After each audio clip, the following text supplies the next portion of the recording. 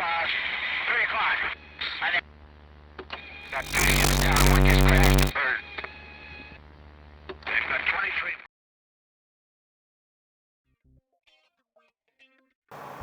Friends, welcome back. Okay, so now we're on the painting, or more accurately, the paint preparation. And what that video is going to do is going to show you just a quick technique. We have got a very small amount of masking to do, and let me just show you what we're talking about. We've got the periscopes on the turret. You can see that I've already masked off one of them with tape. There's another 3 to do, or 2 onto the turret, and then also we have the optics that I haven't placed inside the commander's coupler as well. Yeah, and I found one of the easiest way to do that is by using this AZU micro tape, and it comes in various widths. Got a 1mm there, 1.5, 2 and a 2.5. Come in quite handy when you want absolutely accurate widths of tape.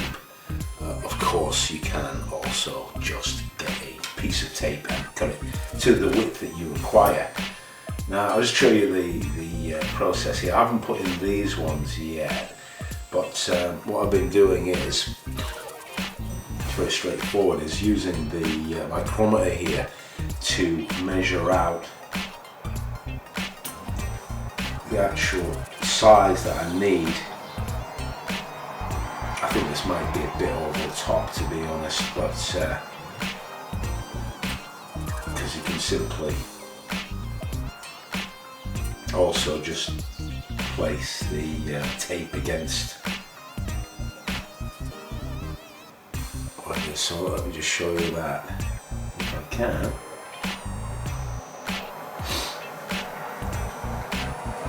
Let's measure this up.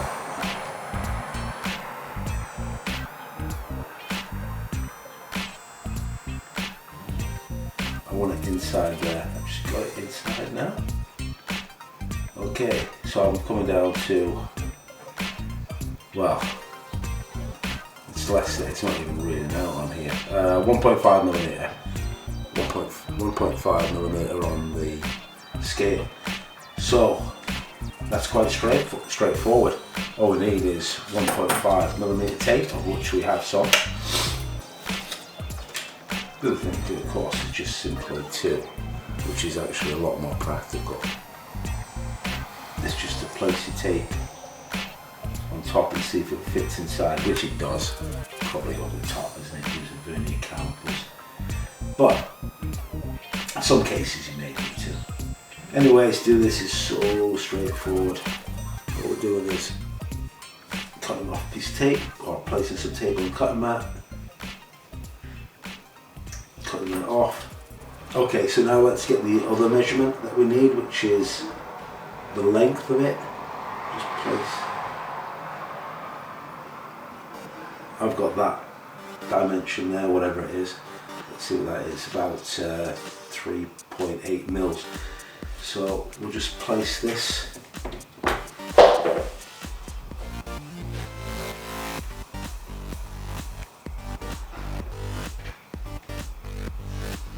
up against the tape.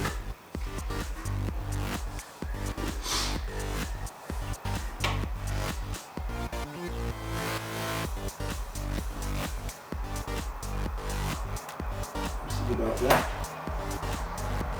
Make a cut.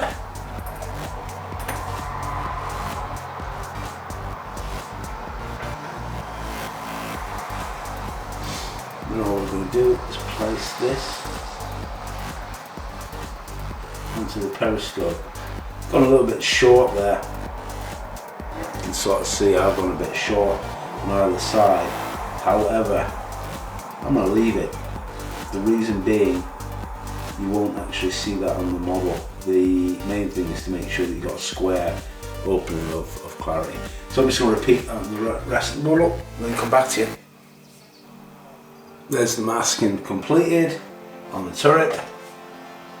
And then also on this one, I've installed the periscopes into the commander's cupola and their mast as well. So that means we can paint all this, remove the masking later. There's not going to be any of this clear stuff. So also I put a little square on the gun side there, if you can see that. One more job to do, and come back to references. It's this shovel here, shovel saw on the front glasses plate. That is absolutely absent. Every single photograph I've seen, except for one image, I'll just bring that up, it's just the box art. The only thing I want to try and preserve is the clamp. That seems to have been retained. So I'm going to try and snip. I'm going to try and snip around the clamp, but remove the saw itself. Looks like this is coming. First of all, I need this clamp portion. So if I snip around here, carefully, I've got it. Okay, so that's good. So that can go back on the model, and then it's just a case of putting a bit. Actually, you can see where the where it was attached. It has sort of filled this, but this needs something better. And then okay, there we are. Repair job or correction. Correction complete. May need to just do a little bit of light sanding on there, but that's it basically. Okay, so the next thing we need to do is, or in some cases we don't, we need to prime the model. I'm just going to tell you which products we're going to use. Not that that's really that relevant, it's just that on this build we'll be using these Mr. Hobby finishing surfaces, be using the mahogany and the black. You can also get them in white and grey, you can get them in cans as well. I love the ones in the cans, but this is what we'll be using. And also we need the correct thinner for this, and you'll see these forums use this. You can use this thinner and everything. Don't just use the Mr. Hobby thinner. We can use the leveling thinner or the normal Mr. Hobby thinner. Make sure it's the lacquer one. These are lacquer products. Okay, so let's go on with the priming stage next. Yes, here we are. This is where it's all happening inside my concrete box unfitted apartment. This is the future Bear Hobbies, by the way. And goddamn, the audio is awful. Okay, what do we need? We definitely need one of these masks.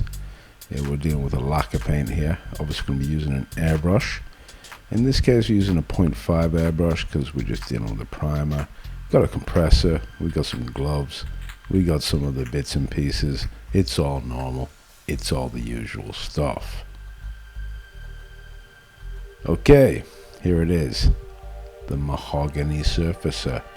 It's brown and it needs a bit of a mix. It also needs dilution, so I'm just showing you this clear cup here. We're going 50% with the old leveling thinner there. Mix her on up, add it to the surfacer, give it a good stir, spill it all over the table like it, and then add it into the airbrush, straight into the cup.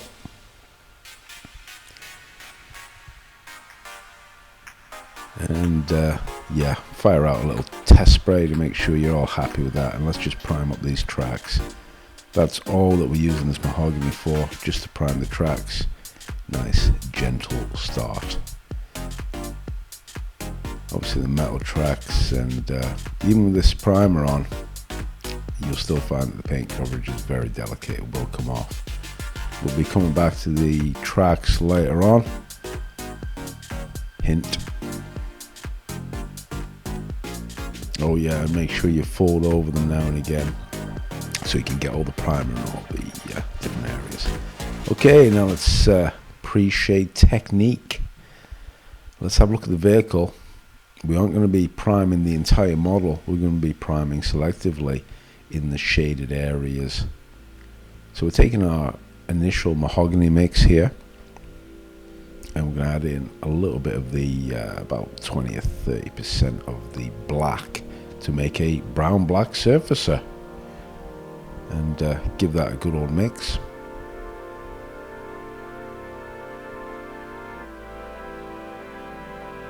make sure you got the right consistency here. You don't want this stuff thick, it will be a nightmare.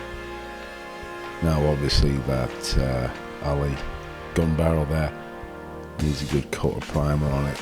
Best thing to do is just to mist on the first few initial coats, let it rest, and then let's start doing the actual model. Good area to start is actually on the bottom of the model, an unseen portion. Let's get it shaded in. Obviously the underneath is going to be entirely dark. And we're going to lay in this shade into these recessed areas. It will serve the purpose of making the upcoming base camouflage steps a little bit easier. Of course, we also want to coat the photo etch portions on the model. This primer is very nice and thin, so we're preserving all the detail in that photo etch, which is exactly what we want to do. There you go. There's basically the hull finished. Now we're on to the turret, and again, let's get all that photo etch primed up. Don't forget to do the underneath the turret. You want to hit this area even if it's not visible, because you can get a reflection from underneath. You don't want anybody else to see that. There's the turret done. Really simple. You can see I've marked out some shapes and some contrast areas. Really concentrating on that autoloader to get a lot of that depth into there. Okay, I've got the airbrush. I'm ready to go. Let's go and paint this puppy right now. Let's just do it. Let's just get on with it. Or no. Let's just step back here.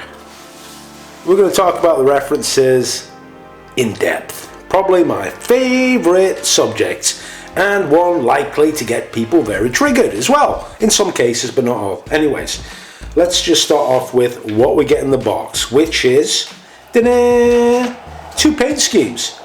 Surprisingly, actually, this one is pretty damn accurate, and I found this actual vehicle on the net because the Trumpeter kit has got this big sucko mistake. I don't really want to go into it, but yeah, I will tell you about it. What's the deal here? First of all, you got call outs of the paint colors: Mr. Hobby, Vallejo, Model Master, TAMIYA, Humbrol even, okay? So there's nothing wrong with that. I mean, that's a pretty good guide, isn't it? It gives you a basis for sort of where to start off from. Even tells you how to paint these camouflage colors. But we're not going to do that. No, there is plenty of references out there. Okay, you got your, first of all, you got your books, okay? Abrams Squad, need to mention Abrams Squad. I do the editing for Perry, okay?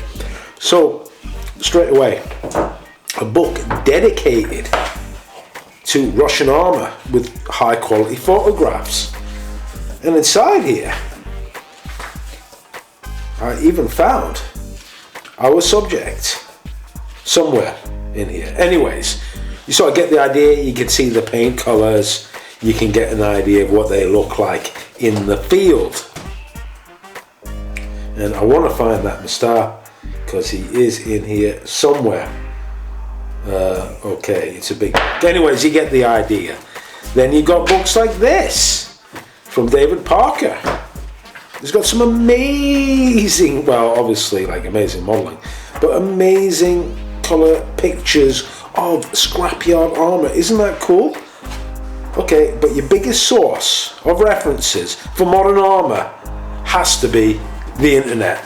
So let's start looking at some photographs straight away on the internet. I have found so many examples, and the bulk of them have been these parade vehicles, which again is pretty good. Let's say that they do serve a purpose. You can find the technical details, find out where the stowage fits, find out what the crew was wearing, many different aspects.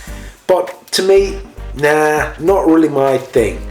But then again, if you want to model exactly a parade ground MSTA, you've got it. There it is, right in front of you. Use those references. But for me, I'm after something different. And to have a look at these references, they sort of fall into a few different categories for a start. As I mentioned, you've got parade grounds and you've got your museum stuff, which is more or less the same. They're out there on a public exhibition basis. They don't represent truly an operational vehicle. So my preference is to find vehicles in the field that are either in operation or actually in warfare. So what I've done, and I've been spending at least at least maybe 5-6 hours or more looking for references and then finding out what I really like. And I've settled on these 4 particular photographs for what we're going to be building up. And there's quite a few features here, and we're going to keep on coming back to these references. But in the meantime, let's just look at the colours, the 3 basic colours of this camouflage, and that will let us sort of start the next steps, which is the camouflage painting. And what you can see here, there's this sort of sandy, ochre-y, browny colour, and then you've got a green. Now check out that green, it varies between the 4 or 5 photographs that we have, but in the 2 that I'm very interested in, this vehicle, it seems to be like a faded type of green, maybe even a grey green, or a green that's faded, or it might just be the lighting in the photograph, not too sure. But what we're going to do now is try and colour match or get close to those colours using out of the bottle paints. I'm not going to go into custom mixes, we don't really need to do that. So let's try and do that right now. Okay, colours. Ta-da! There they all are, all of them. Look at that, modern Russian colours. Colours used by the Russian AFVs in the actual days. But we ain't going to be using acrylics, we're using Mr. Hobby paints. Anyways, to serve a purpose here, it sort of shows you that this colour may well be PKHV yellow grey, or it might be the oil ochre. I haven't quite decided. It's probably one or the other. However, I can't see this PKHV oil, what is it called again? Yellow grey being used. So I think, anyways, we're going to go with the sort of sandy type colour to match references. Anyways, not using them. Now, the closest I can find is, believe it or not, in the Dunkelgelb modulation set. And one of the colours that I quite liked is Highlight 1. How did I get that straight out of the box first time? Anyways, I kind of like this colour as the sandy sort of colour.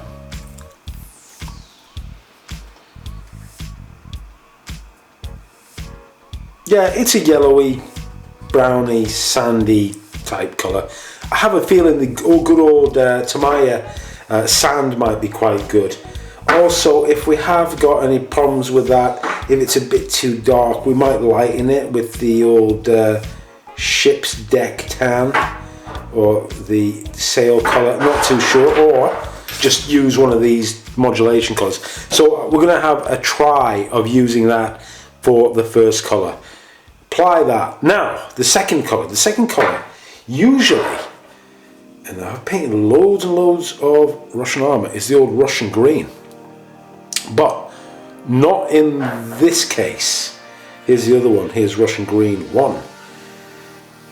I would say it's more, if you look at these, this Russian green 1, it is a very light green, and I don't think it's going to be right for what I'm seeing in the photograph.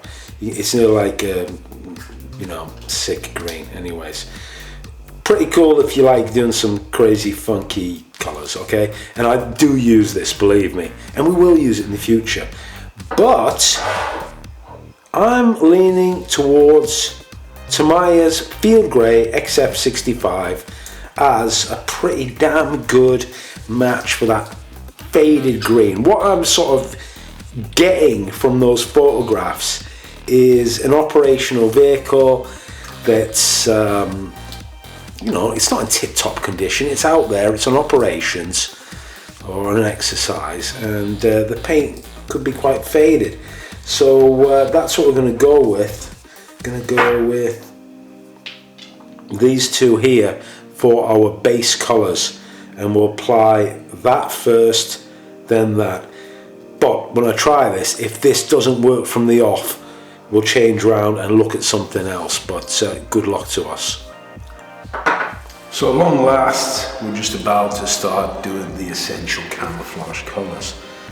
And I have added a few more colours into the initial decision for the field grey and that dunkelgelb highlight. So I've got also a sand yellow, smoke and a white, and we'll explain how these work and if they're necessary later. But I'm just going to bring your attention to this tool here. It's the Bear Hobbies Super Mixer. They're available from me directly for well, 50 euros, $60, 45 pounds. Definitely, this is not, despite appearance, it is not an IKEA milk frother. Not that, no, it's the Bear Hobbies Super Mix. I'm just going to show you how that works. With these, the TAMIYAs, the Mr. Colours, the paint does tend to separate out a little bit, and it's a good idea to mix up the paint. I'm just going to show you how you do that. The essential thing here is, this one's pretty good actually, but you can see how liquidy it is on top. It means that there's a lot of stuff at the bottom. Do not, whatever you do, do not do that and then stick it in, honestly. Oh, disaster. Okay, what you do is you put the mixer into the bottle, switch it on, then turn it off. Got a little bit of spillage there, but not much. That mixes up the paint really good. Nice even consistency. I made a bit of a mess there. And then to clean her out, same thing. Put inside a vat of thinner and switch her on again.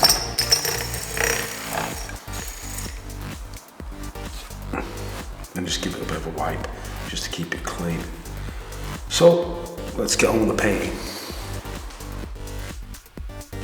Finally, we're on with the painting. The first colour to go on is the light colour, Camo Colour 1, that dunkelgelb. Here's a quick tip for you. If you're unsure about the paint colour, start in an indiscreet area of the vehicle, the model. In this case, the underneath the hull. I was not happy with that first shade. Found it a little bit too dark, so added a few drops of white, lightened the mix. Came back to the model. Again, trying the paint underneath the tank, underneath the hull there where you can't see it. And I was much happy with that shade that I got there just by lightening it out a little bit. So let's go in here. This is the longer portion. What I'm doing, I'm outlining the shapes of the camouflage there, laying it down. It's just a simple case of blocking in that color, but with the lighter color you're constantly fighting the pre-shading. Just showing you there that pretty good idea to have your references quite handy. Check them out now and again, see that you're getting the shape. In this case it is pretty basic, just laying up the fenders there against the hull to make sure I've got continuity in the camouflage pattern. Obviously just checking over it, making sure I've got all those areas covered, and now it's a simple case of adding the second color.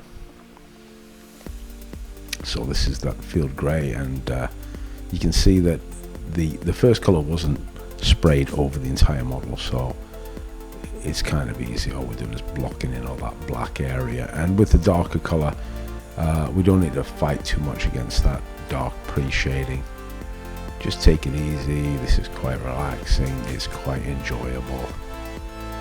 Using a 0.3 airbrush here, you know, applying the paint in light coats, just letting it build up.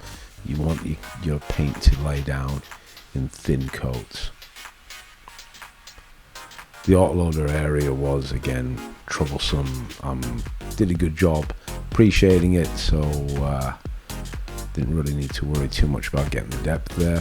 Final thing I'm doing here really is just checking the shape to see if these the pattern is right. It is not exactly photo accurate, but I've got it in as near as I want it to be, and just checking out the continuity in that green.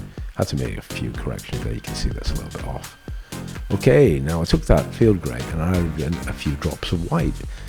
And what I'm going to do in here is just adding a further fading just into the central portions of the green camouflage. I just wanted to start the variation and show more paint wear effect into there. Could have left it solid and done this in other ways, but by laying in this lighter tone, it sort of sets the precedent for what we're going to be doing in upcoming steps. Okay, final step we're going to do is add in a little bit of shading with the TAMIYA X19 smoke. Just going to go into some areas. Wanted to reinforce some of the panel line divisions.